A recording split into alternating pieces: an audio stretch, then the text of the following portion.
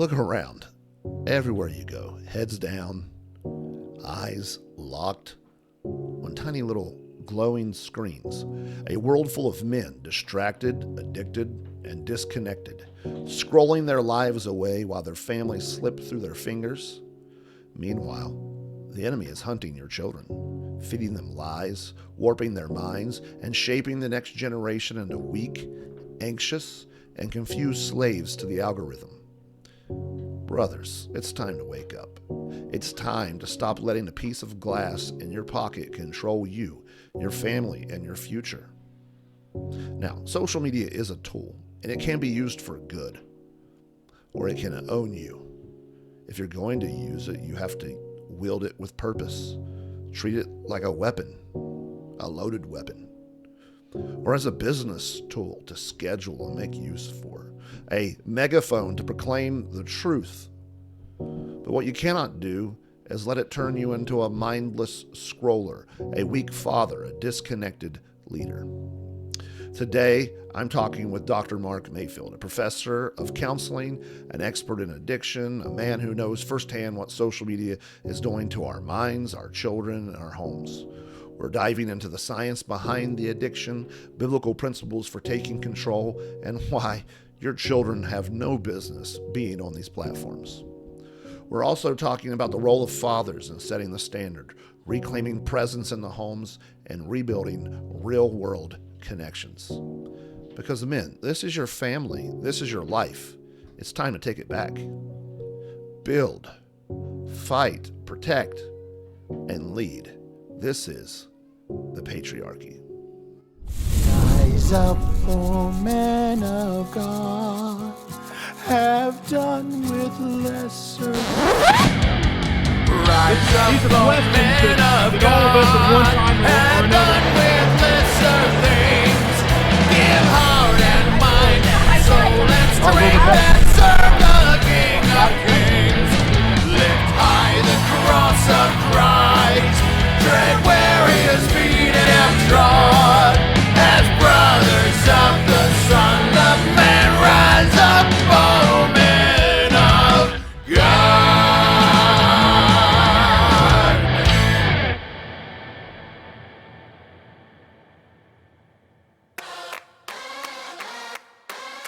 Welcome back to the Patriarchy Podcast. It's good to be with you again today, and I have a special guest with me. I have Dr. Mark Mayfield. He is a professor of counseling at Colorado Christian University. He is the director of practice and ministry partnerships for the American Association of Christian Counseling. He's an author, has written 4 books, but as we're going to talk, I'm sure later on, he's got a bunch of books he's got in the fire right now. And then he's been married for 17 years, has 3 children, and lives in Texas. And so I'm excited to have him on the show. So please welcome Dr. Mark Mayfield. Yeah, thanks, Joseph, for having me. Well, you said it's okay if I call you Mark, so I'll do that. Please yes. do. Yep. Mark, I'm excited to have you on the show. I interviewed a previous guest, Bryce Eddy, and was just researching him. I didn't know a whole lot about him, actually, and saw that he had interviewed you on the issue of social media addiction. And it was something I have been heavily thinking about myself. I have been on social media since probably the invention of what might be called social media. MySpace? Is that where you started? Yeah, I was on MySpace. Nice. And then when I was in college, Facebook started, but it was called, each university or school had their own Facebook. So Right. Mine was called Marshall, or I went to Marshall University. It was Marshall Facebook. I think it was within the first couple of months, started at Harvard. And so then I was on it from the very beginning. Everybody was talking about it. Everybody got on it. I've been on that. I've built up a good number of followers. I try to make use of it for the Lord, but I've been on it since then. I've been on Twitter since it started. I didn't like it at first, but in the last few years, I've been more involved. I've been on YouTube. I've had a lot of stuff. So I've been heavily involved in this realm. In fact, our podcast, it goes out to a lot of people. And I have found myself having to work hard to balance having a good Christian presence there versus like constantly checking my phone. Mm-hmm. And so about 2 months ago, or a little bit over a month ago, I decided, you know what, I'm going to take a break from it all. Like I was hesitant because I do have such a good online presence, and I like to make use of it for the Lord. But I just cut it off cold turkey, and plan on staying off until Easter. But I found myself, Mark, uh, like reaching my hand in my pocket to check my phone. And even one time, like the first week I quit, like I went to get into the shower, and somebody called me and something. Well, I had the water running. I had to hang up. And then I automatically, without thinking, found myself pulling up Facebook. And I was like, what am I doing? So I've blocked them so I can't do that. And that urge has gone down. I don't even have to think about it now. But it really dawned on me, man, how much this stuff is designed, and I think intentional, to keep us coming. So I wanted to talk to you about this. Yeah. And you're, I think probably we're similar in age, we're in our 40s and dealing with that. Can you imagine what our kids deal with on a regular basis that have been given access to the devices, right? There's I think a revolution and a movement with a lot of parents right now that it's delaying, smartphone use, delaying social media use, which is really good. But you didn't say it, but you kind of alluded to it. Like, how do we navigate these things? Because it's not going away. It's just going to get more complex. It's going to get more interactive, and so how do we navigate? I think part of that is we have to navigate and understand how God's wired us. We're wired to connect. And there's that, just like anything we see throughout Scripture, there's that truth, and then there's the half truth. The truth is that we're wired to connect. The half truth is we can do it over screens and in social media, and be able to satisfy the God-given desire for connection. It doesn't, it's not, there's no equivalence. And what it does is the brain and the body try really hard to do what they need to do to connect, but it falls short. And so we want more, and we want more, and we want more, and we need more. And then we forget to have how to have conversations with people. We forget to have, arguments that walk away still being friends. And, we forget to have, we don't know how to have emotional vulnerability, so there's just a lot of different things that go away when we don't recognize the pull, if that makes sense. Yeah. So when we just blindly go into it, Mm-hmm. which, it's, again, it's over 20 years old, but that's still new in the course of human history, right? And so, yeah. What are some signs that someone might look into first? Like, if this, how would they know if they are addicted to something? Would you even want to use that language? But addicted to social media? Yeah, I think we have to use that language to get people's attention. And is it all everybody addicted? No, like, we're not going to say everybody's addicted, but we know that the algorithms that were designed in social media was to give us that dopamine hit. And, the dopamine hit happens when we are in relationship with each other. The dopamine hit when we do something and accomplish something, when we eat good food, when we're, intimate with our partner, those kind of things is the natural way that God has designed us. And that's just, meant for progressing through life and survival and having that piece. But there's this constant then drip, with dopamine. How many likes do I have? Did anybody respond to my posts? Do I have new followers? Do I have, and it creates this dichotomy that if I have it, I get that dopamine drip. If I don't have it, I'm devastated because there is no dopamine. And so the addictive piece comes when, not so much when we receive those things, it's how do we react when we don't. And so I always tell my clients and my students and that kind of stuff is that to really call it an addiction is, are we dropping into depression? Are we scrambling to find ways to feel better? Are we able to manage that disappointment and those emotions when we don't have the outcomes that we want?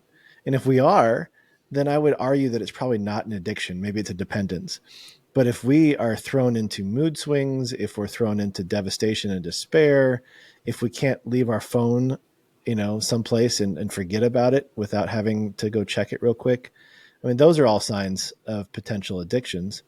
It's the phantom buzzing in the pockets. It's um, the pressure to respond to a phone call or text or somebody's post immediately. It's the desire that if we don't go check it for 2 to 3 minutes, we've missed out on something. Those are all signs of potential addiction. So what are the long-term consequences then of, because again, we know what the long-term consequences of like alcohol or Yeah. drug addiction.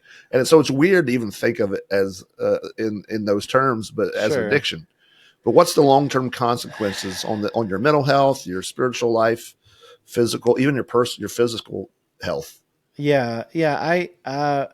Research is still out. We're still doing research on it. If you want to read some good stuff on that, I'm actually, on the 13th of March, I am speaking at a conference or a panel at Cornerstone University in Grand Rapids, Michigan, with a prolific author named Jean Twenge. And she's written the book called iGen and Generations, and the research there is absolutely fantastic.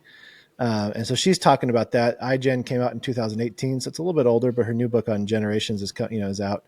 But it's beginning to dip our toe into that. So we know that kind of our fight, flight, freeze response, the cortical limbic system in the brain, is very much looped when we're teenagers. We don't often connect to the frontal cortex, the thinking, forethought, insight, consequence, reaction. If I do this, this is what's going to happen part of the brain. That's just normal, how God created us, right? And that's why we need parents and good mentors and people around us to guide us towards cognitive thinking. And, that's what discipleship looks like. But the part of the brain that creates the holistic brain, so the emotional brain and the thinking brain, and it connects the two, and what's what we call the holistic brain, the way God designed adults to be, that connective piece gets disrupted. And so we in some ways can short circuit the holistic brain to keep us in that emotional reactivity, impulsivity part of the brain. Now, as adults, our brains about 25 to 28 years old are fully formed. And so it's a little harder to disrupt that after we turn, it still can kind of disrupt it somewhat. But really what my passion is going, the 11 to 24-year-olds, the brain is not fully formed yet. And the disruption that this can make is catastrophic.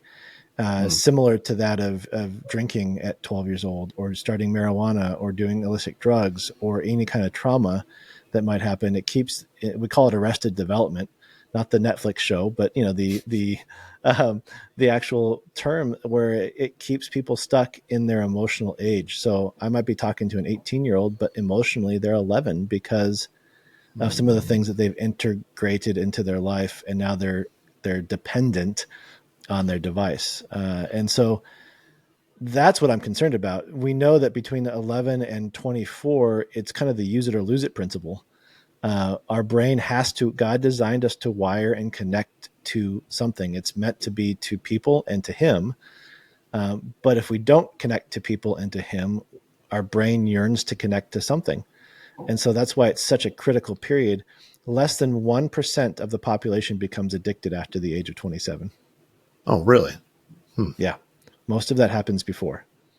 So what consequences of these shifts and stuff? So, I mean, it sounds like, what does that look like in a person's life? I'm sure that has implications for their personal relationships Sure. and yeah. Yeah. I don't know. I mean, I don't know if, you have daughters, but I have an older daughter, and just, she's getting ready to head out to college soon and different things like that. And we're looking at going, and she has no desire to date, and we're not pushing it, but thinking about just the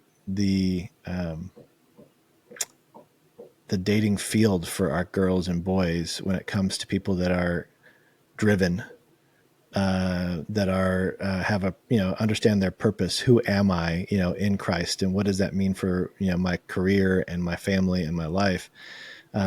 That's becoming less and less. We're seeing more people that want to be influencers and think they can make money on influencing. We have more people that think that they can make money on gaming. We have people that and though that can be lucrative, it is potentially less than 0.5% of people that set out to do that kind of stuff are going to make it and make a living off of that. But that doesn't stop kids from going off of that. And so, but then that's a gateway. And so I'll briefly, if we need to not go that direction, we can go a different direction, but it can be a gateway to other things. It can be a gateway for pornography. It can be a gateway for, other addictions. And that's where it gets concerning. Yeah, I mean, I think we see this. I mean, with our whole society, in the way everything is so people are enslaved in a sense to their feelings and emotions, and you said arrested development. That's what it feels like we see often and deal with as people that aren't able to think long term.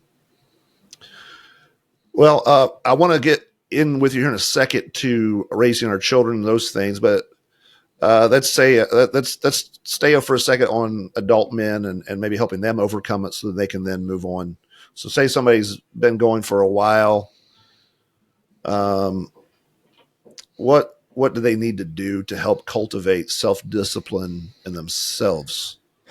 Yeah, I think it's really taking a step back and taking stock of what that device and what social media means to them. And I think I admire you, the cold turkey thing. I wouldn't typically recommend it to patients that I work with and that kind of stuff. I would say, take a weekend, lose your phone over the weekend and see how you react to it. Shut down your computer. When you're maybe watching a movie with your family, make sure your phone's in a different room.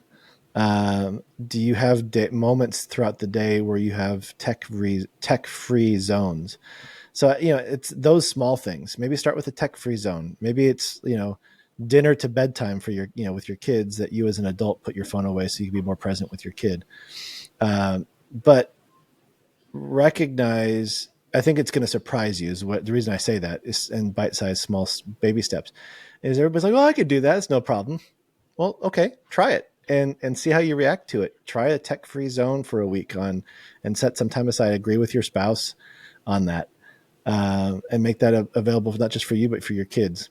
See how you respond. And then if you do well with that, then do a tech-free weekend. And then if you respond well to that, do what we did over Thanksgiving. We did a 90s week over Thanksgiving this last year, where we anchored our phones like a landline, and we only were allowed to watch live TV when the show came on. No recordings, no streaming.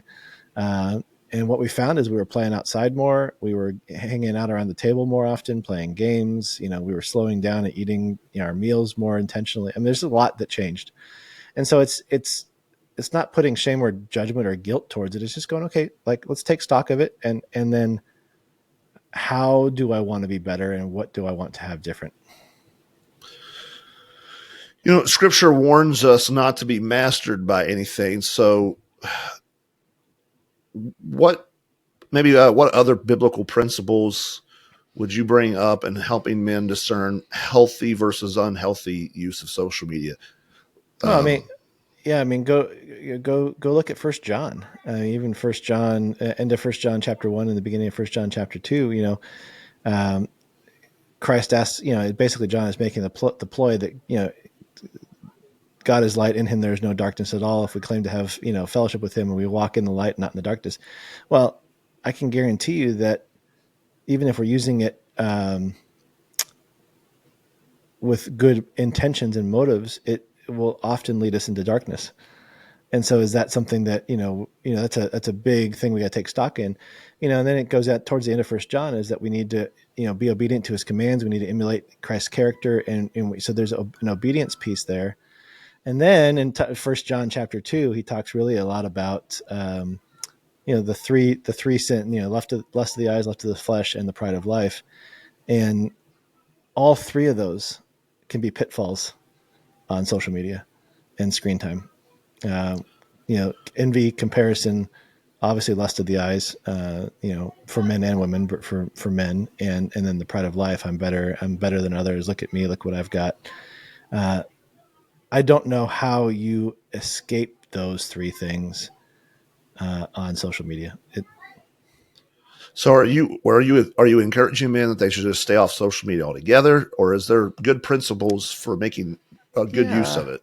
Yeah, I'm not typically a black and white person when it comes to like don't do it. What is our motive for it?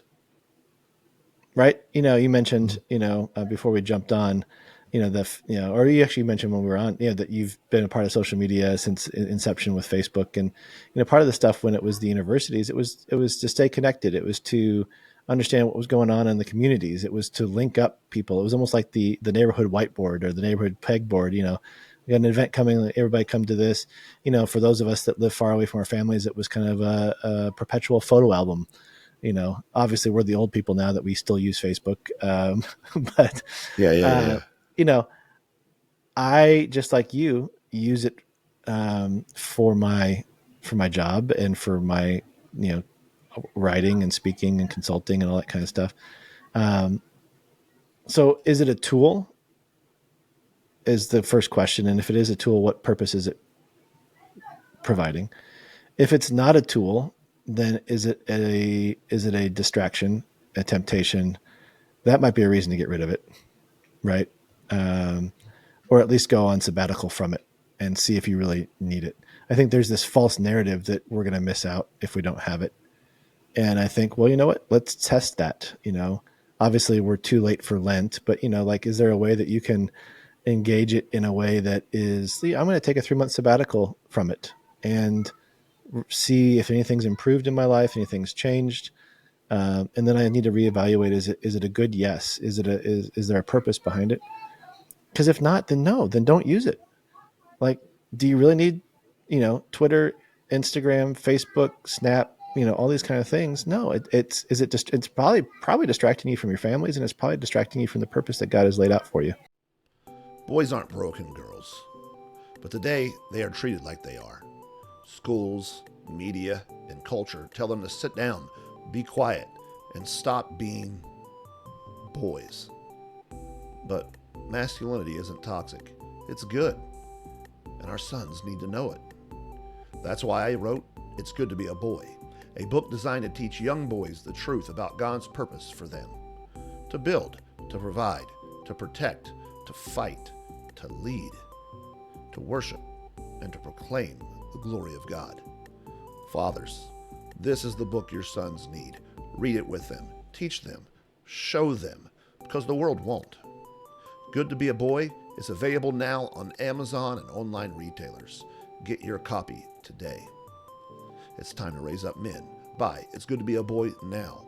Link in the description. What would you say then? I mean, you kind of already answered it, but I'm going to play a little devil's advocate maybe. Right, so I want to use, this is truthful. I want to be salt and light in the public realm. Mm-hmm. And so this, in one sense, is our public realm. Sure. So how would a man then navigate that? Like, I want to make use of it for God's glory, but I don't want to be mastered by it. Yeah, so I think that's a good question. I think that goes back to the purpose piece. So what is it used for? Are you, and so are you, posting 2 or 3 times a day, really doing that with a goal in mind? You've got a business plan, you've got to figuring out, kind of your posting schedule and what you want to say and how you want to say it. And then, you've scheduled, I love the book Procrastinating on Purpose. You schedule, block off your time to really respond. So, instead of the knee-jerk reaction of looking at your phone every 30 seconds, do you have time scheduled on your day to tend to that aspect of your business? Because that's what it is. It's your personal branding, your business type of thing, so that you're not beholden to it. It's a part of your schedule. That, I think, is okay. It's when we become beholden to it and it becomes the mindless doom scrolling where we lose, 3 or 4 hours. We can't put it down when our kids come up to us. We're just, the only way we're communicating with our wife is through memes that we text back and forth to. I mean, that's fun, and I do that, but it's not the only way we communicate, right? So those are the things I think you got to take stock of. All right. Well, now let's transition to talking about, okay, we've handled it ourselves. We've been working on. I like the idea of thinking of it as a business. When you think of it that way, you think of it, this is a task that needs to be done, a job to be done, instead of like I'm just lazing around, like doom scrolling, and we all do that from time to time. Mm-hmm. Mm-hmm. But are you mastered by it? But you're managing it for yourself. But our children are. I mean, this is almost an expectation. Your children will have cell phones, they'll have computer access, video game access, and then of course social media. So Mm-hmm. let's spend some time now talking about, as fathers, how we should think about this in our households, Yeah. and that kind of thing. So how should fathers approach social media use in their households? Well, I think first of all, you got to ask yourself, what is my culture of tech at home? Have you ever thought about that? Have you sat down with your wife and really developed what a culture of tech looks like? It goes back to what we said earlier. Do we have tech free zones? Do we have tech time? At our household here, video games are only pulled out on Friday nights and Saturdays, and we do it as a family. They're not allowed to play video games on their own. People think I'm nuts, but I'm like, no, I want it to be a family experience. And it's going to be after, not during the week. So culture of tech.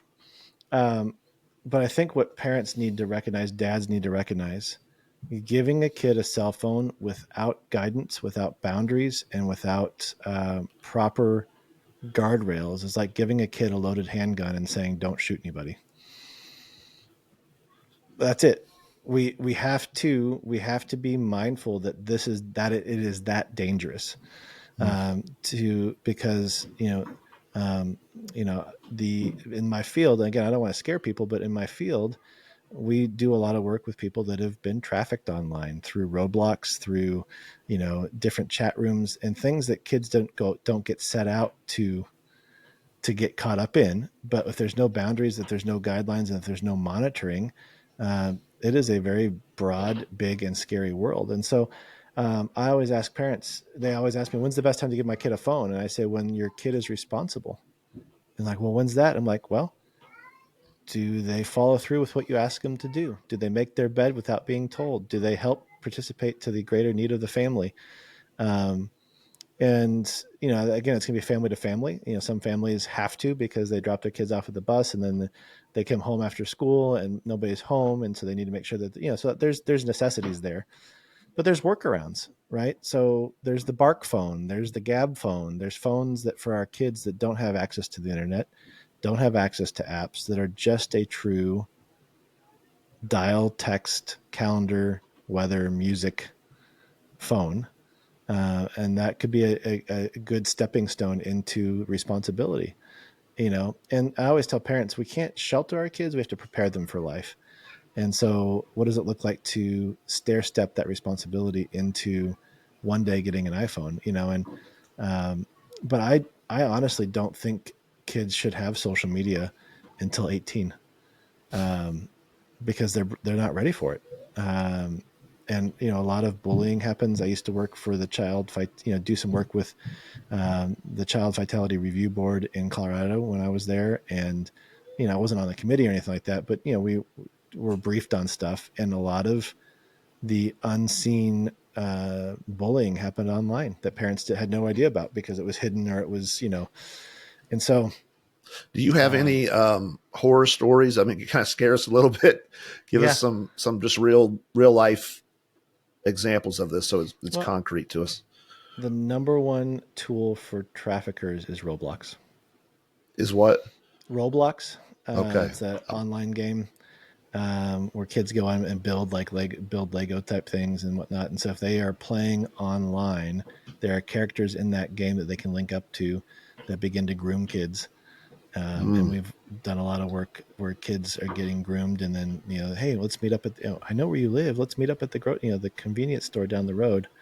And kids go missing, kids get kidnapped, kids but it's we don't think about the insidiousness of that. It used to be, back when we were younger, it was the chat rooms, it was that kind of stuff, but it's very much more insidious. Even just unmonitored, unfiltered access to YouTube. There are people that are, throwing in videos of pornographic images to kid shows. And so kids are watching it and they're being introduced to that kind of stuff. So yeah, I mean, I can't tell certain stories just because it break client confidentiality, but there's quite a few stories that would make the hair on the back of your head stand up, and it's, so I advocate for responsibility. I advocate for what's best for your family, and I advocate for no privacy till the kid is 18. Explain that a little bit more. What do you mean by that? So if you give your kid an iPhone, do you have any of the services that mirror their phone? So you get the text they get, you see what they're searching online, and they only are allowed to download apps that you approve and that you monitor. I just don't believe that, and this is not a popular position, in our current world, but I believe that our kids under our roof until their age of 18 don't deserve 100% privacy. Obviously, we want to respect their space. We want to be honoring to them. We don't want to put them in situations where they feel uncomfortable in the sense of, physical and sexual safety. But when it comes to who are they talking to, their friends, to what they're viewing, to what they're watching, to what they're engaging in, no, I think parents need to be, and so that really deters parents going, well, I don't have time for that. Well, okay, then don't allow it right now. Like, use the Bark phone, use the Gab phone, have that connectivity of text and phone calls without the burden of having to monitor 15 different social media sites and what they're watching and not watching and that kind of stuff.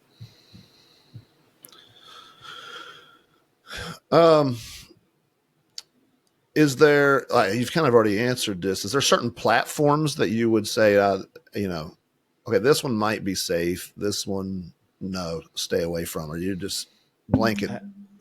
I would just, honestly, right now, unless your kid is able to handle it, stay away from everything. Yeah, because I found it shocking. You were talking about this blocks game. I've not heard of that before, but it's that's like ROBLOX. So is that like Minecraft? Is it kind of like that or kind something similar? Mm-hmm. So I think you, as a parent, you think, okay, this is a child's game, and aimed at that, like this should be safe. Yeah. There are other things that I've seen people do. They didn't want their children to have social media, but they allowed them to be on like an app to do guitar tabs or something, and then you find out that it's got messaging stuff and a whole social media platform with that.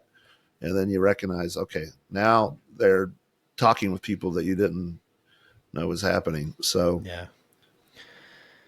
yeah. I will say this, Joseph. Like, really, what I'm getting at is nothing replaces face-to-face contact, presence, and engagement, right? And so, the only way that we can monitor how our kids are doing is to have that eye-to-eye contact, face-to-face time and engagement.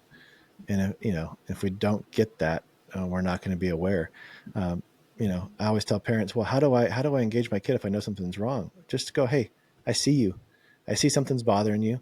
I'm ready to listen when you want to talk, and leave it at that. And then be available if they want to talk at 2 a.m, at 5 a.m, at, whatever. That's when it always is. That's when it always is. Yeah.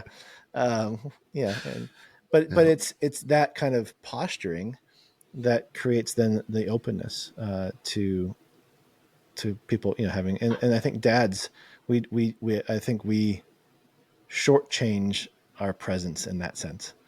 That dads have, well, mom's the nurturer. No, I don't. Yes, and to acquiesce that to just moms is a shortchanging how God has created you. Yeah, we need dads. I think there is a temptation that I've seen even myself. Like, how when you have little children, so I got a big house, so we have lots of little children. But as they grow, knowing how to transition from treating them like little children to now teenagers, and how to have those conversations can seem awkward. And so how would you encourage just parents to get over the awkwardness maybe of talking to their children. Mm-hmm. Mm-hmm. Yeah, it's the really it's the idea that the way God designed us as men, there's a strong presence around it, but there's ability to sit and help, create safety with our presence, and then also to engage in, if our kids allow us, that fix it piece. That's how God has designed us. Let's see the situation from different angles. We don't lead with the fix it piece. We need to lead with the listening. We don't need to lead with the advice. So when my kid is done talking, usually all I'll say is, okay, thank you. What do you want me to do with that information? And then they can speak into it, and you can say, well, I think I probably need to do this too. How do you feel about that? So it's especially as they get older, not pushing ourselves on them, but really giving them a place to talk. And then as men going, okay, God has designed me to fix it. Like, can I? Do you need that? Do you want that? If not, okay. But not forcing that part of ourselves on them. It's moving from, so we have command presence very early in their life, and it's moving from that to the influence that you have with them. Yeah. And so I think that's why it's important then for the fathers to really be setting the example of the proper use of social media in their homes. And because and I've found myself, I'm guilty of it. I've had to repent of it, you're scrolling, you're engaged in this hot thing, whatever. It's the brand new argument of the week, and your child needs you, and you're not present mentally. You're physically there. And then I think that will have an impact later on when you do need to have that influential presence. You won't have it. Right. Yeah, exactly. When you need it, if you don't do these baby steps or these things, when you really need it, you're not going to have it. Yeah, that's a good word.